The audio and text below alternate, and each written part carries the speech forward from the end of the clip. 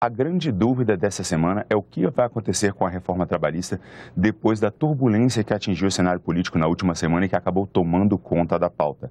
Isso aconteceu porque uma delação premiada firmada por um dos donos da JBS, que é dona também do grupo da marca da Friboi, fez um acordo de delação premiada que acabou atingindo a presidência da República, e isso tem um grande reflexo nas votações dos projetos do governo aqui no Congresso Nacional.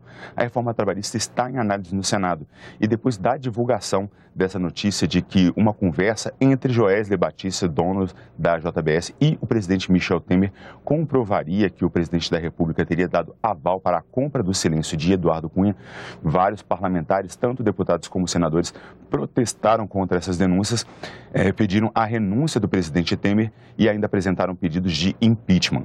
Diante desse cenário, o relator da reforma trabalhista nas comissões de assuntos econômicos e sociais, o senador Ricardo Ferraço, do PSDB do Espírito Santo, anunciou que iria suspender o calendário de análise da reforma.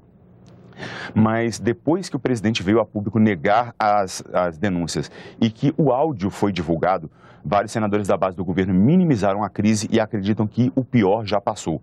O senador João Alberto Souza, do PMDB do Maranhão, que é segundo vice-presidente do Senado, acredita que as votações já podem continuar.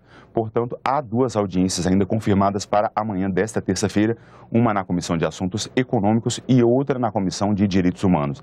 Depois dessa audiência na Comissão de Assuntos Econômicos, estava marcada já a apresentação do relatório pelo senador Ricardo Ferraço.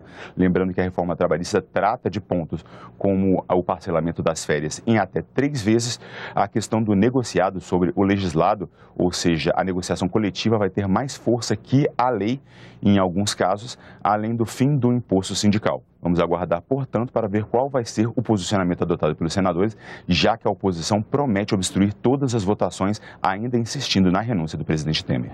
Agora, Fragoso, a Comissão de Constituição e Justiça ela pode votar uma proposta de emenda à Constituição que prevê eleição direta no caso de presidente da República e vice se afastarem do cargo, correto?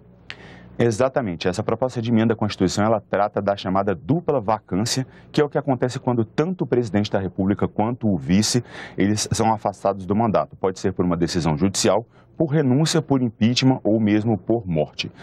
Hoje, quando essa dupla vacância acontece nos 2 primeiros anos do governo, do mandato, acontece uma nova eleição direta. Mas a partir daí, a eleição é indireta, ou seja, a escolha é feita pelo Congresso Nacional.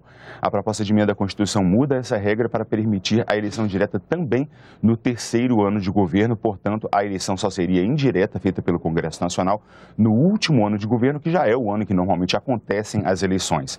O relator dessa proposta é o senador Lindbergh Farias, do PT do Rio de Janeiro, e ele pediu a inclusão dessa PEC na pauta da Comissão de Constituição e Justiça depois da crise envolvendo o Executivo na última semana.